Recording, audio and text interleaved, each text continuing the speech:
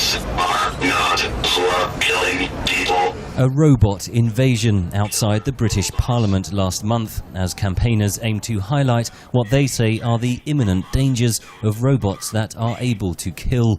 Among them, American Jody Williams, who won the 1997 Nobel Peace Prize for her role in the campaign to ban landmines. There has to be discussion about technology that will totally transform war.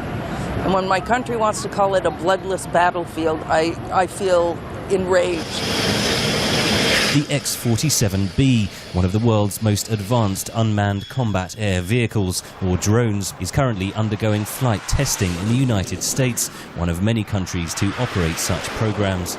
Noel Sharkey, a professor of artificial intelligence and robotics and chairman of the International Committee for Robot Arms Control, says drones mark the final step in the industrial revolution of war. Now, the big question is, who is looking at the targets, who's deciding when to fire it? We're only concerned with the kill function being autonomous, so we need proper human supervision to select the targets and engage them. Sharkey says currently all drones operate under human supervision, but supporters argue that technology like drones can eliminate human fallacy from the battlefield. Professor Christopher Coker of the London School of Economics is author of Warrior Geeks, How 21st Century Technology is Changing the Way We Fight and Think About War. One argument is they have greater oversight than anyone's ever had before. They are actually watching the target for hours at a time, sometimes days at a time. So there's a certain behavioral profile, and on that basis they take the decision whether to strike or not. But that gives you no greater insight into the character that you're actually dealing with. And of course there is collateral damage as well.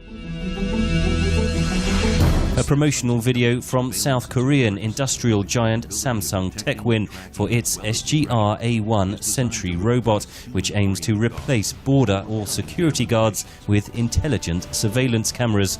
The robot is armed with a 5.5mm machine gun, but still controlled by human operators. The campaign group Human Rights Watch says it fears the human element could one day easily be removed. Again, Professor of Robotics Noel Sharkey. The thing about an autonomous robot is you couldn't hold it accountable. It's not a moral agent. So who do you hold accountable? Well, the problem is that you're probably going to talk about having the commander being accountable, but that really wouldn't be fair because there are so many things that can go wrong within a robot. Campaigners say there is huge interest from industrial corporations in developing so-called killer robots, but the UN Human Rights Council wants to discuss a moratorium on their deployment next week in Geneva. Henry Ridgwell for VOA News, London.